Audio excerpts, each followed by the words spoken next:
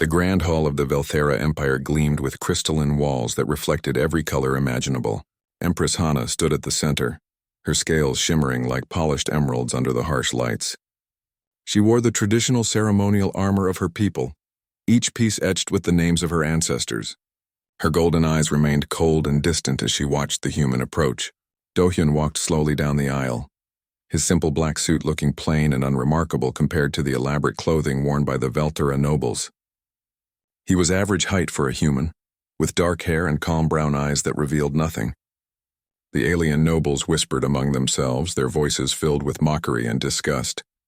To them, this human was nothing more than a political bargaining chip, a weak creature from a primitive species that had barely learned to travel between stars. The wedding ceremony was cold and formal. Hana spoke her vows in the ancient Velthera language, her voice echoing through the hall without a trace of emotion. Do-hyun repeated his vows in perfectly accented Velthera, which surprised some of the nobles but did not impress them. When it was done, Hana did not look at her new husband. She simply turned and walked away, her long tail sweeping behind her. Chancellor Minho approached Do-hyun after the ceremony, his yellow eyes narrowed with suspicion. He was an older Velthera with dark blue scales and a reputation for ruthlessness. He looked down at the human with barely concealed contempt. "You will stay out of imperial business," Minho said quietly. "You are here because your people needed this alliance. Nothing more. Do not forget your place, human." Do-hyun nodded politely. "I understand, Chancellor. I am simply here to learn about your wonderful culture and support the Empress in any way she requires." Minho snorted and walked away, clearly dismissing the human as harmless. The days that followed were difficult for Do-hyun. He was given quarters in the palace, but they were small and located far from the main chambers. The servants ignored him when possible and spoke about him in whispers when they thought he could not hear. Lady Ji-won, the Empress's younger sister and the commander of the imperial military, made no attempt to hide her hatred. During a formal dinner 3 days after the wedding, Ji-won stood and raised her glass. Her crimson scales gleamed in the light, and her sharp teeth showed in what might have been a smile. "A toast," she announced loudly, "to our Empress who sacrifices so much for our empire, even to the point of accepting a pet human into our noble house." The nobles laughed. Hana said nothing, her face expressionless. Do-hyun simply smiled and took a sip from his glass. He did not seem offended or angry. This only made Ji-won angrier. "Tell me, human," Ji-won continued, walking closer to him. "What exactly do you do? What skills do you bring to our empire besides taking up space and breathing our air?" "I read mostly," Do-hyun replied calmly. "Your imperial archives are fascinating. I have been studying the history of the Third Dynasty. The strategic decisions made during the border wars were particularly interesting." Ji-won blinked, caught off guard. The Third Dynasty had ended over 2,000 years ago, and even most Velthera scholars did not study it in detail. "You are reading our histories?"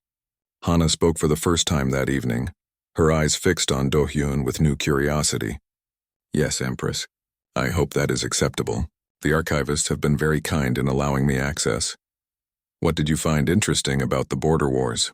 Hana asked, leaning forward slightly. Do-hyun set down his glass. "The way Emperor Talon used limited resources to defend against a much larger force. He understood that his enemies expected traditional Velthera tactics, so he changed the approach entirely. Instead of meeting them in direct combat, he cut their supply lines and forced them to fight on multiple fronts. It was brilliant." The room went quiet. What Do-hyun described was accurate, but it was also information that few outside the Velthera military academies would know in such detail. Hana studied her husband with new eyes. There was something strange about him. He had been in the palace less than a week, yet he moved through the corridors as if he had memorized every corner. The servants reported that his rooms were always neat, almost obsessively so. He seemed to require very little sleep, and now he was discussing ancient Velthera military strategy with the confidence of a scholar. 2 weeks after the wedding, Hana attended a state function with diplomats from 3 neighboring systems. It was a formal affair with elaborate foods and carefully planned conversations. Do-hyun attended as required, standing quietly at the edge of the room observing everything. Halfway through the dinner, a servant approached Hana with a crystal glass filled with blue wine, her favorite. Hana reached for it, but before her fingers could touch the glass, Do-hyun was suddenly there. He moved so quickly that several nobles gasped. His hand intercepted the glass, and in one smooth motion, he switched it with his own glass from across the table. "Forgive me, Empress," he said quietly, "but I believe this glass is mine." The servant must have confused them. Hana stared at him. The movement had been impossibly fast. No human should have been able to move that quickly, especially not across that distance. The servant, a young Velthara female, looked confused. "But I was told—" Chancellor Minho appeared instantly, his face dark with anger. "Who told you to bring that specific glass to the Empress?" The servant's eyes went wide with fear. The master of the kitchen, sir. He said it was specially prepared for her." Within an hour, the master of kitchens was arrested. Tests revealed that the wine had been poisoned with a substance that would have killed Hana within minutes. The kitchen master confessed to working for a rival faction that wanted to destabilize the empire. That night, Hana summoned Do-yun to her private chambers. It was the first time they had been alone since the wedding. Her rooms were elegant and simple, decorated with ancient weapons and star maps. "How did you know?" she asked directly. Do-yun met her eyes. "I noticed the servant was nervous." Her hands shook slightly. "When she approached you, she looked away instead of meeting your eyes. It seemed wrong. And you moved very quickly. Adrenaline, I suppose. I acted on instinct." Hana moved closer to him. She was taller than Do-hyun by several inches, and her presence was intimidating. But he did not step back or look away. "Who are you really?" she asked softly. "I am your husband, Empress. A diplomat sent to build bridges between our peoples." "You are lying." Do-hyun smiled slightly. "Perhaps we are all lying about something, Empress. The question is whether those lies serve a good purpose or a bad one." Hana wanted to press further, but something in his eyes made her pause. There was a depth there she had not noticed before, a quiet strength that did not need to announce itself. "Thank you for saving my life," she said finally. "Always, Empress," he replied, and she believed he meant it. After he left, Hana stood at her window looking out at the stars. Her new husband was a mystery, and mysteries were dangerous, but he had also saved her life without hesitation. She thought about how he had moved, faster than should be possible. She thought about his knowledge of ancient Velthara history. She thought about the calm way he endured every insult thrown at him. Something was wrong. Or perhaps something was very right. Either way, Hana decided she would discover the truth about the human she had married. And she had a feeling that when she did, everything would change. Hana sat in her private office, surrounded by holographic displays that showed Do-hyun's official records. According to the human government files, he had worked as a mid-level diplomat for 8 years. His assignments had been unremarkable, mostly cultural exchanges and minor trade negotiations. There were no awards, no special commendations, nothing that would explain why he had been chosen for such an important political marriage. She dug deeper, using her imperial authority to access restricted databases. Several sections of his file were classified at levels that required special clearance, even from human authorities. When she tried to access them, she received automated denials. This made no sense for a simple diplomat. Hana leaned back in her chair, frustrated. She had ruled an empire for 5 years, survived 3 assassination attempts, and commanded the respect of a dozen star systems. Yet this one human remained a complete puzzle to her. Meanwhile, Do-hyun continued his quiet existence in the palace. He spent his mornings in the archives, reading everything from military history to cultural studies. The archivists had grown fond of him because he treated their work with genuine respect and asked intelligent questions. In the afternoons, he would walk through the palace gardens, seemingly lost in thought. But Hana had assigned watchers to observe him, and their reports were strange. Do-hyun never took the same path twice through the gardens. He seemed to memorize the position of every guard, every servant, every security camera. When he walked, his steps were carefully measured. He appeared relaxed, but the watchers noted that he always kept his back to walls and never let anyone approach him from behind without acknowledging them first. One afternoon, Hana decided to approach him herself. She found him in the garden, standing before a fountain that depicted the first Velthara emperor. "You spend a lot of time here," she said, announcing her presence. Do-hyun turned and bowed respectfully. "It is peaceful, Empress. And the statue is beautiful." The artist captured Emperor Valan's determination perfectly. "You know who this depicts?" "Of course.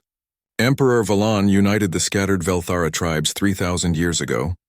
He believed that strength came from unity, not domination. A wise philosophy." Hana studied him carefully. For a diplomat, you know a great deal about my people's history. I believe that to understand a people, you must understand where they came from. History shapes culture, and culture shapes decisions. And what have you learned about my people, Do-hyun? He was quiet for a moment, choosing his words carefully. That the Velthara value strength and honor above all else. That they believe in the natural order of things, with the strong leading and the weak following. That they have built a magnificent empire through military power and strategic thinking. But also that they are capable of great loyalty, deep wisdom, and surprising kindness when they choose to show it. Hana felt something stir in her chest. No one had spoken about her people with such understanding before. Most aliens either feared the Velthara or dismissed them as violent conquerors. You are perceptive, she admitted. I try to be, Empress. They walked together through the gardens, and for the first time, Hana found herself genuinely talking to her husband instead of questioning him. They discussed philosophy, compared their people's different approaches to governance, and even shared a few laughs about cultural misunderstandings. Over the following weeks, these walks became a regular occurrence. Hana began to see Do-hyun as more than just a political obligation. He was intelligent, thoughtful, and possessed a dry sense of humor that she found surprisingly enjoyable. He treated her with respect but did not act subservient. He challenged her ideas but never her authority. It was refreshing, but the mystery remained. And it deepened when tensions with the Krell Dominion began to escalate. The Krell were a militant insectoid species that controlled a large section of the Galactic East. They had been expanding aggressively for decades, and now they were testing Velthara borders with increasingly bold provocations. Small skirmishes had broken out along 3 systems. Chancellor Minho called for an immediate military response. We must show strength, Empress. If we appear weak, the Krell will see it as permission to invade. Lady Ji-won agreed enthusiastically. Let me take the 3rd Fleet and teach them a lesson they will not forget. Hana was about to agree when Do-hyun spoke up from his usual position at the back of the council chamber. Everyone turned to stare at him in shock. He had never spoken during a council meeting before. Forgive me, Empress, but I believe there may be another approach. Ji-won's scales flushed red with anger. The human speaks? What could you possibly know about military strategy? Do-hyun remained calm. The Krell are testing your resolve, yes, but they are also trying to provoke you into overreacting. If you send the 3rd Fleet, you will win the battle but potentially start a larger war. The Krell military is 3 times the size of the Velthara forces. A full conflict would be devastating for both sides. Then what do you suggest we do? Nothing? Minho's voice dripped with sarcasm. I suggest a targeted response. Hit their supply depot in the Corvin system. It is lightly defended, but crucial to their operations in this sector. Destroying it would cripple their ability to continue provocations without requiring you to engage their main fleet. It sends a message of strength while avoiding escalation. The room went silent. What Do-hyun proposed was exactly the kind of strategic thinking that Velthara military academies taught. It was precise, effective, and demonstrated a deep understanding of both military logistics and enemy psychology. Hana stared at her husband. How do you know about the Corvin depot? I read the intelligence reports that were left in the council archive room. They are accessible to anyone who requests them. But you would need to understand Velthara military notation to interpret them. Do-hyun smiled slightly. I have been studying, Empress. Hana made her decision. She ordered a strike on the Corvin depot, exactly as Do-hyun suggested. The operation was a complete success. The Krell withdrew from the disputed systems, and the crisis was avoided without a larger war. After the council meeting, Lady Ji-won cornered Do-hyun in a hallway. Her hand moved to her ceremonial blade. I do not trust you, human. No diplomat has such knowledge. I'm simply observant, Lady Ji-won. Prove it. The training grounds, now. Do-hyun tried to decline, but Ji-won was insistent. Within an hour, half the palace had gathered to watch the Empress's human husband face off against the Empire's greatest warrior. The training ground was a large circular arena. Ji-won chose practice blades, not wanting to actually kill Do-hyun, just humiliate him. She circled him slowly, her movements predatory and precise. Let us see what the human can do, she hissed. She attacked with blinding speed, her blade moving in patterns that would have confused most opponents. Do-hyun dodged, his movements minimal but effective. He did not strike back, only defended. This made Ji-won even angrier. She increased her speed, pressing harder. Then she made a mistake, overextending slightly on a thrust. Do-Yun's hand moved almost too fast to see. He grabbed her wrist, redirected her momentum, and suddenly Ji-won found herself on the ground with her own blade at her throat. The entire sequence had taken less than 2 seconds. Do-Hyun immediately stepped back and offered his hand to help her up. "Forgive me, Lady Ji-won. I reacted on instinct." Ji-won stared at him in complete shock. No one had ever disarmed her that quickly.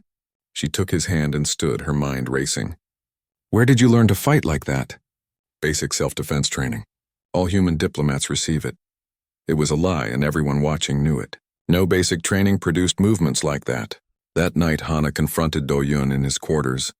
She dismissed the guards and closed the door behind her. "No more games. Tell me who you really are." Do-Yun looked at her for a long moment. She could see him making a decision, weighing options in his mind. "I am someone who was sent here to protect you, Empress. That is the truth." "Protect me from what?" "From making a mistake that would hurt both our peoples. The marriage was designed to prevent war. I am here to make sure it works. You are not just a diplomat." "No, Empress. I am not." "Then what are you?" Do-Yun met her eyes, and for the first time she saw something dangerous in them. Something that had been hiding beneath the calm exterior all along. "I am someone who keeps the peace," he said quietly. "By any means necessary." Before Hana could respond, alarms blared throughout the palace. Security alerts flashed.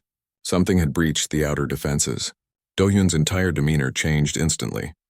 His relaxed posture vanished, replaced by a coiled readiness that made Hana's breath catch. "Stay behind me," he commanded, his voice completely different now. Cold, professional, deadly. And Hana realized with absolute certainty that she had never seen the real Do-Yun until this very moment. The alarms that had interrupted Hana and Do-Yun's conversation turned out to be a false emergency, a malfunction in the sensor grid. But the moment stayed with Hana for days. She had seen something in Do-Hyun's eyes when the danger seemed real, a coldness and capability that no ordinary diplomat possessed. 2 weeks later, the real crisis began. The Krell Dominion launched a massive invasion across the eastern border. 50 warships appeared simultaneously in 3 different systems, overwhelming the Velthara defensive positions. Lady Ji-won led the counterattack personally, but the reports coming back were devastating.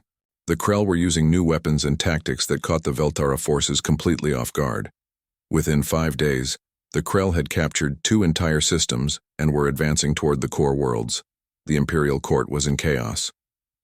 Chancellor Minho demanded full mobilization, but military analysts warned that even with their entire fleet, the Velthara were outnumbered nearly 3-1. Hana barely slept during those 5 days. She coordinated the defense, made impossible decisions about which worlds to defend and which to evacuate, and watched as her empire began to crumble. The one constant presence was Do-Hyun, who stood quietly in the command center, observing everything with those calm brown eyes. On the 6th day, after another devastating defeat that cost them the industrial world of Telvos Prime, Hana finally broke. She dismissed everyone from the command center except Do-Hyun. "I need your help," she said, her voice raw with exhaustion and desperation. "I know you are more than you pretend to be. I do not care about secrets anymore. My people are dying. If you have any way to help them, I am asking you to do it." Do-Hyun was quiet for a long moment. Then he reached into his jacket and pulled out a small device. He pressed it, and suddenly the command center's normal communication systems went dead. A new system activated, one that had been hidden. "What I'm about to tell you must remain between us until I say otherwise," Do-Hyun said, his voice different now. Harder, more authoritative. "Do you agree to this condition?" Hana nodded. "Yes." Do-Hyun took a deep breath. "My name is Commander Do-Hyun Park. I am the leader of an organization called the Silent Aegis, a black operations division that operates outside normal human military and government structures. Our purpose is to protect humanity from existential threats by any means necessary." Hana felt as if the floor had disappeared beneath her feet. "You are a spy. I am an intelligence officer, a soldier, and when needed, an assassin. I have been all 3 at different times. He pulled up holographic displays that showed credentials and clearances that made her eyes widen. His security level was higher than most human planetary governors. The marriage was a mission? Yes. My orders were to assess whether the Velthera Empire posed a long-term threat to humanity, to gather intelligence on your military capabilities, your political structure, and your intentions, and to determine whether an alliance was possible or whether we needed to prepare for eventual conflict. Hana felt betrayed, angry, and hurt all at once. So everything between us was a lie? No. Do-Yun's voice softened. The mission was real, but what developed between us was not part of the plan. I was supposed to remain detached. I failed at that. You are brilliant, honorable, and far more than I expected. My feelings for you are real, Hana. That is why this is so difficult. She wanted to rage at him, to order his arrest and execution, but her empire was burning, and he might be the only one who could save it. Can you stop the Krell? Yes, but there is a price. What price? An alliance between humanity and the Velthara Empire. Not a treaty of convenience, but a real partnership. Equal terms, shared technology, joint military command. Your people will have to accept that humans are not inferior, that we are equals. Hana laughed bitterly.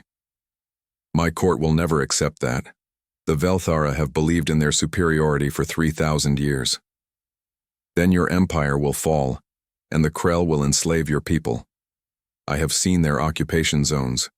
It is not pleasant. Do-Hyun pulled up images that made Hana's stomach turn. Enslaved populations, brutal labor camps, entire species reduced to property. Why do you care what happens to us? You said yourself that you were here to assess if we were a threat.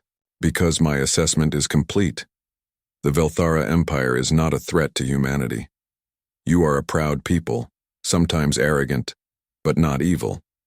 You value honor and loyalty. You have laws and ethics.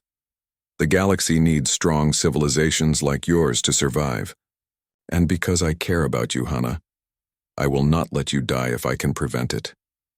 Hana closed her eyes. Every instinct screamed at her to reject this, to refuse the help and maintain Velthara pride. But she thought of the millions of her people who had already died. She thought of the children being evacuated from threatened worlds. She thought of her responsibility as Empress. What do you need from me? She asked finally.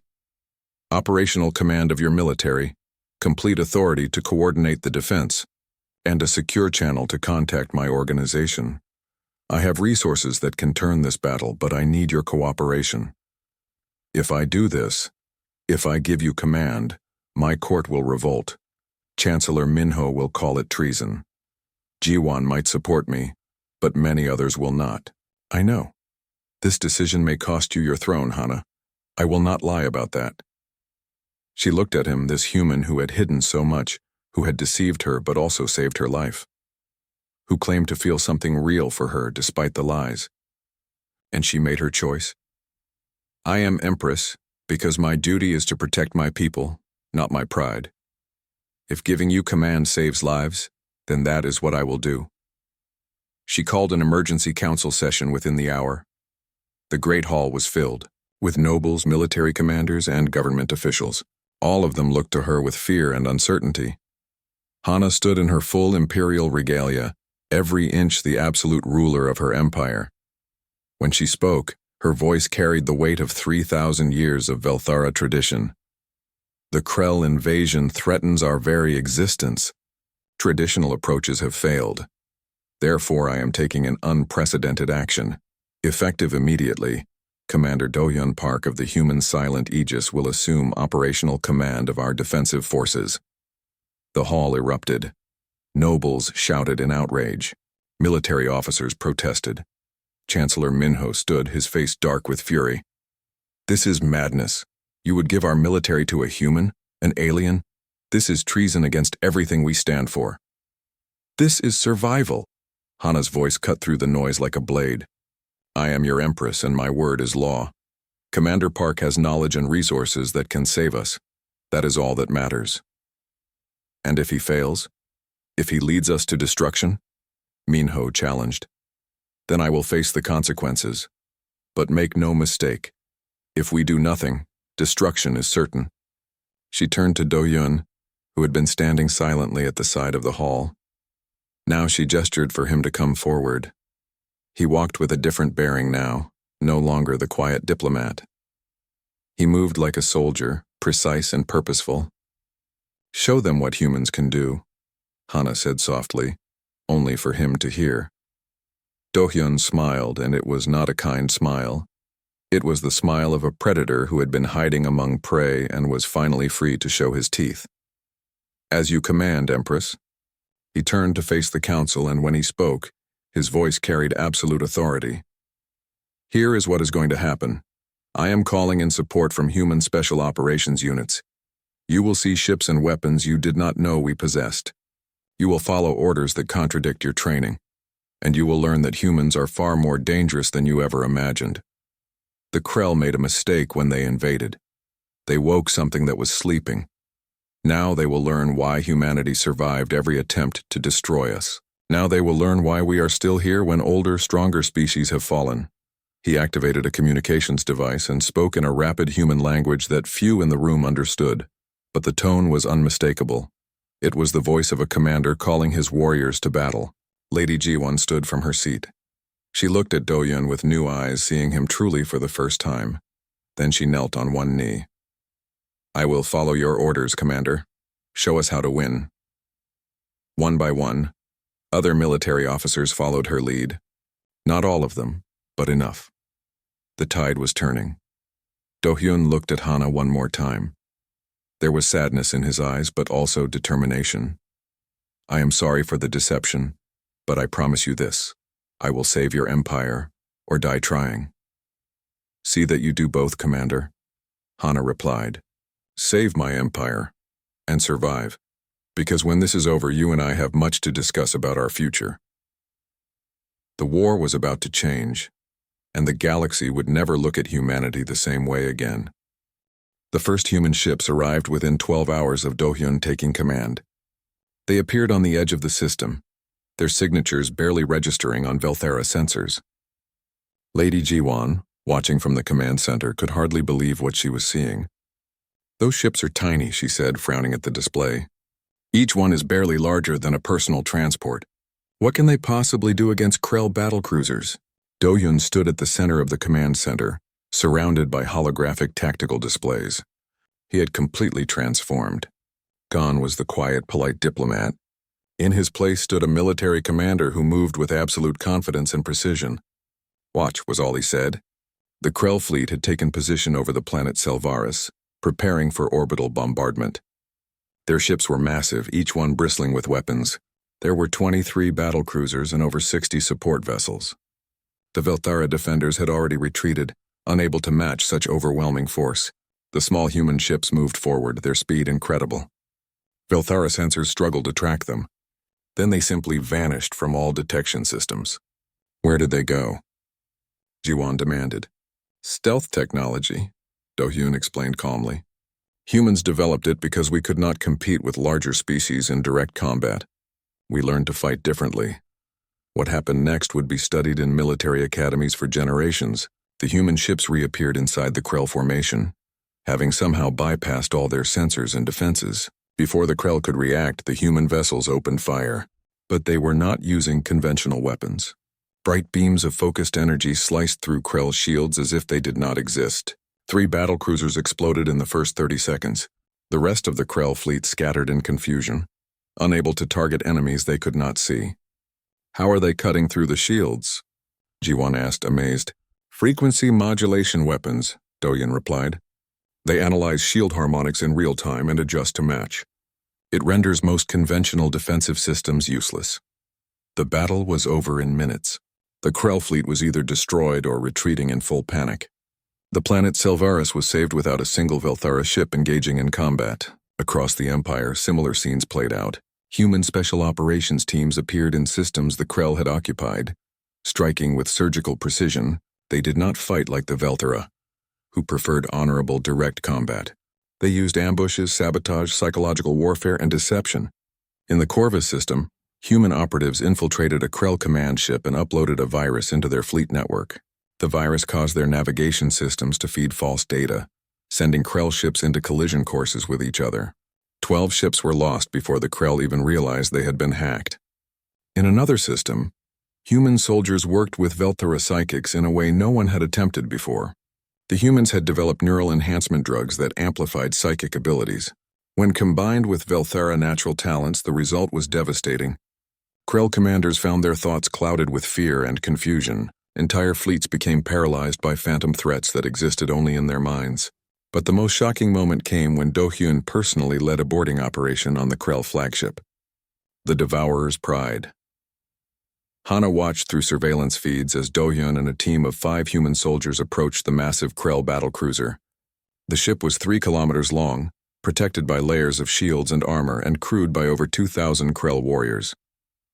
"This is suicide," Chancellor Minho muttered, watching from the command center. Despite his earlier opposition, even he had been forced to admit that the human tactics were working. But this seemed like madness.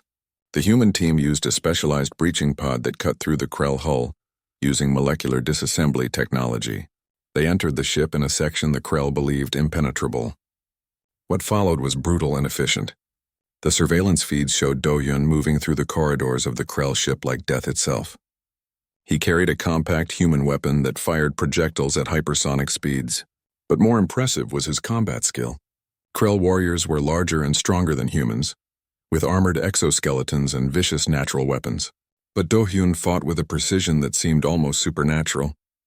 He anticipated every attack, countered every move, and eliminated threats with minimal wasted motion. "I have never seen anyone fight like that," Lady Jiwon whispered, her warrior's eye recognizing true mastery when she saw it. The human team reached the command deck in under 20 minutes. Do-hyun confronted the Krell admiral, a massive creature named Vexthor who had terrorized the sector for decades. The fight was brief. Do-hyun disabled the admiral with 3 precise strikes, then injected him with a chemical that paralyzed but did not kill. "Attention Krell fleet," Do-hyun broadcast over all channels. "Your admiral is captured. Your flagship is under human control.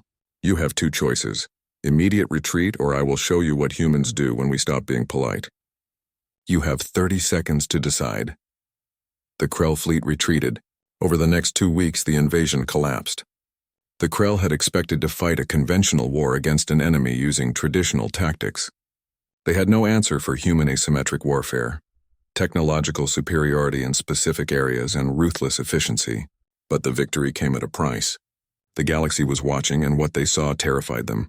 Human ships that should not exist according to known human technology, weapons that violated several galactic conventions, tactics that showed a deep understanding of how to fight and defeat species that were physically superior, and worst of all, the realization that humans had been hiding all of this deliberately. Ambassadors from a dozen different species demanded answers. How long had humans possessed these capabilities? Why had they hidden them? What else were they hiding? In the Velthara command center, Hana stood beside Do-hyun as they reviewed the final battle reports. The crisis was over. Her empire was saved, but she felt a strange mixture of gratitude and fear. "You won," she said quietly. "The Krell are in full retreat. My people are safe. For now," Do-hyun replied. "But this is not over, Hana." The Krell Supreme Commander sent a final transmission before his fleet jumped to hyperspace. This was just a scouting force. The real Krell Armada is gathering. They will return with 10 times this number. And they will not make the same mistakes. Hana felt cold. "Can you stop them again?" "Not alone. Neither can the Velthara Empire alone. No single species can stand against what is coming." "Then what do we do?" Do-hyun turned to face her fully. "We unite the galaxy. We show every species what we showed the Krell. That humanity is not weak, that we are dangerous when threatened, and that we are the best allies they could possibly have because we know how to win impossible fights." "They will fear us now," Hana said. "Every species that saw what you did will see humans as a threat. Good, let them fear us. Fear creates respect. Respect creates negotiation. Negotiation creates alliances. And alliances create survival." He touched her shoulder gently. "But first, you and I need to address your court. Because half of them want me executed for revealing human capabilities, and the other half want me executed for being human. Neither option works for what needs to happen next. Hana looked at him, this human who had saved her empire while simultaneously shattering every assumption her people held about his species.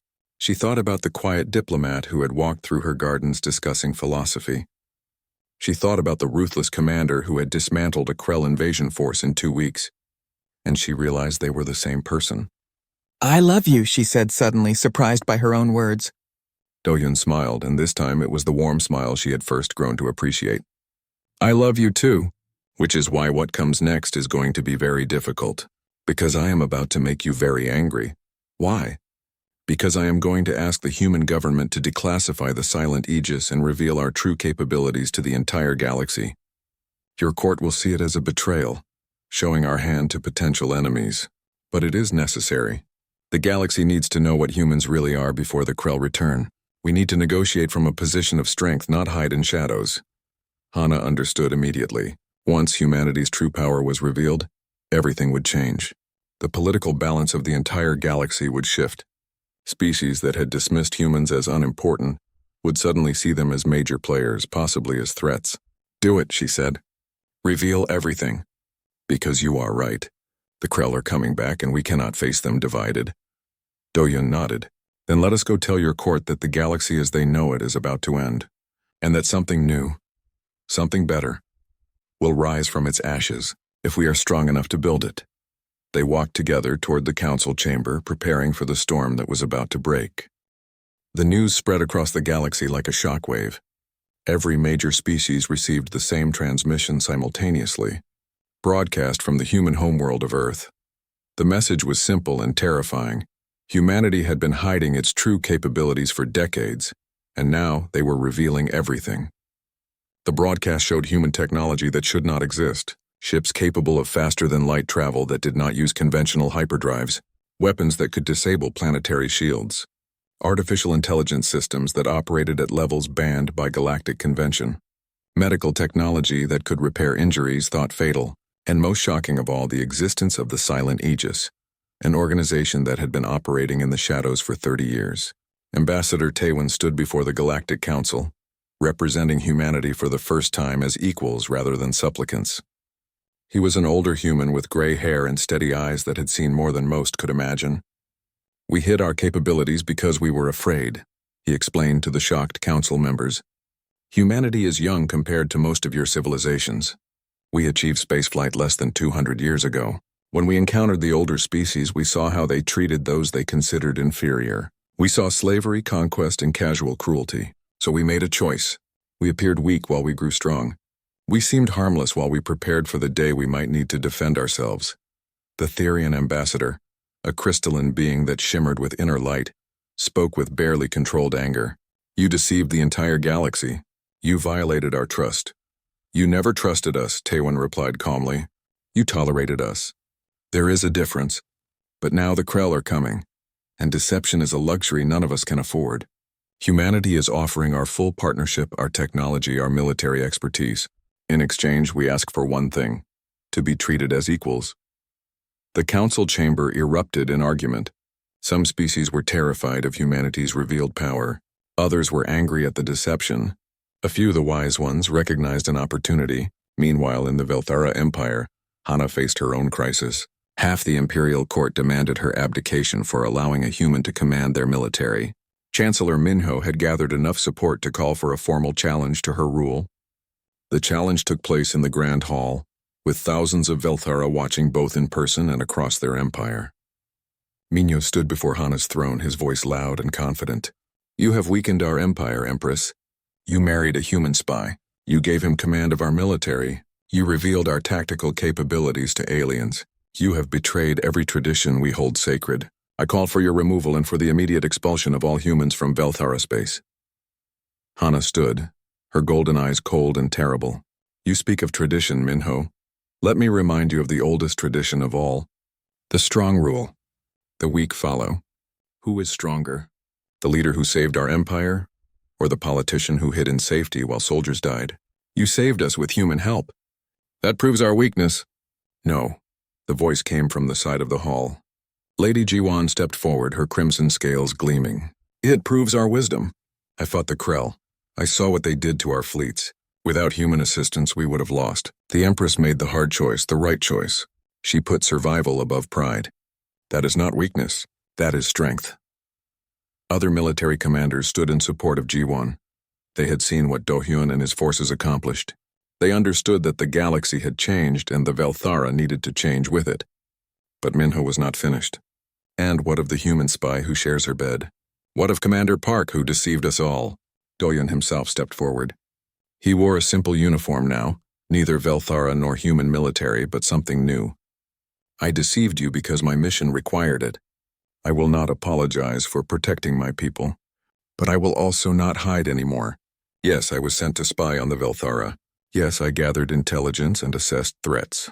And my conclusion was this: the Velthara Empire is worthy of alliance. Your people are honorable warriors with a deep sense of loyalty and justice.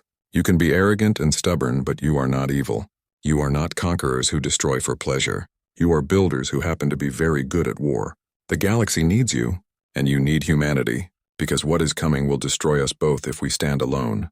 Lies, Minho shouted. You seek to make us dependent on human technology to reduce us to servants.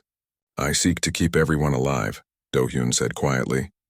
The Krell Supreme Commander is named Haktar. He controls a fleet of over 3,000 warships.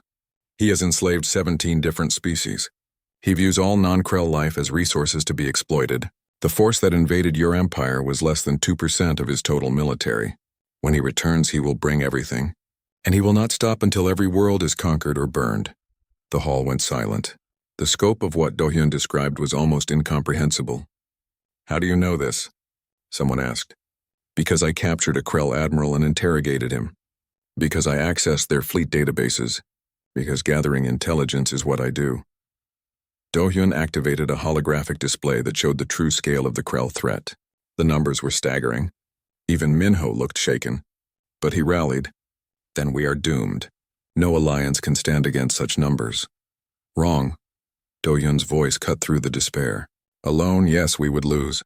But together, using human technology and Velthara strength, combining our different approaches to warfare, we have a chance. And if we can convince other species to join us, we can turn that chance into a certainty. Hana made her decision. I am calling for a vote. Those who wish to ally with humanity stand on my right. Those who wish to face the Krell alone stand on my left. The hall remained frozen for a long moment. Then Lady Ji-won walked to Hana's right side.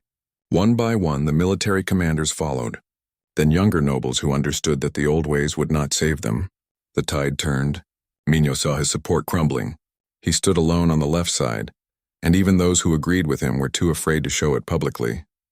The decision is made, Hana declared. The Velthara Empire enters into full alliance with humanity. We will share technology, coordinate our militaries, and stand together against all threats. This is a new era. Over the following weeks, the alliance took shape. Human engineers worked with Velthara scientists, combining their different approaches to create hybrid technologies more powerful than either could achieve alone. The Silent Aegis came out of the shadows, training Velthara special forces in human tactics. Velthara psychics learned to interface with human AI systems, creating targeting networks of unprecedented accuracy. Other species watched and made their calculations. The Therians joined the alliance, bringing their advanced energy manipulation. The Korthan Collective contributed their industrial capacity. Even smaller species that had been dismissed by the major powers found a voice in this new coalition. Do-hyun stood in the command center, watching the Alliance fleet assemble. Over 500 ships from 8 different species, all coordinating under a unified command structure. It was unprecedented in galactic history. Hana joined him, standing close enough that their shoulders touched. Do you think it will be enough? I think we have a fighting chance. That is more than we had a month ago. The galaxy will never be the same. You revealed what humanity truly is. Every species fears you now. Good, fear prevents stupid conflicts.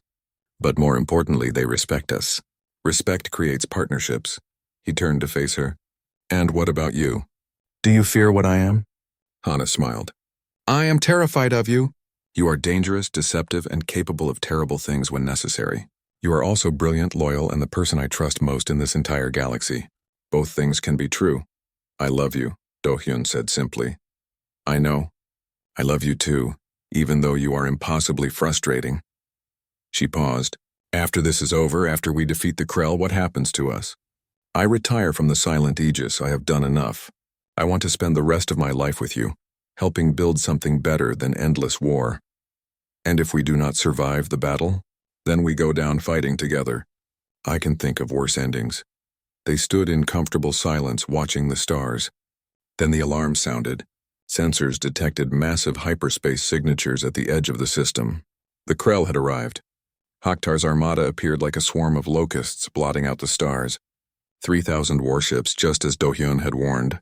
The communications channels filled with Krell battle chants and demands for unconditional surrender. Do-hyun opened a channel to the entire Allied fleet. "This is Commander Park to all ships. The enemy is here. They think we will run. They think we will surrender. They are wrong. Today we show the galaxy what happens when you threaten our homes.